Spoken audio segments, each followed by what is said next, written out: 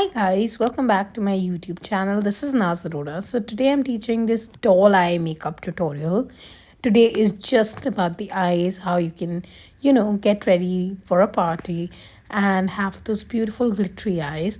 I'm using Fetish Blend the Rules eyeshadow palette by Try Sugar, and I am taking this soft apricot shade and putting it across my crease line in both the eyes. Also, don't forget to subscribe if you want to see such more informative content. So I've used soft apricot to blend the crease line, and I'm getting pretty late. This is literally a last minute makeup look which you guys can create easily if you have a warm neutral palette. And don't forget to follow me on my Instagram. Now I am taking this beautiful shimmery salmon gold shade and I'm going to pop it on my eyelid. Look at that shine. I'm using my fingers to apply so that I get the maximum pigment out of it.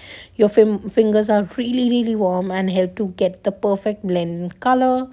I'm taking salmon gold and putting across my other eyelid. This Try Sugar eyeshadow palette is pretty affordable and you can use it for all Indian skin tones.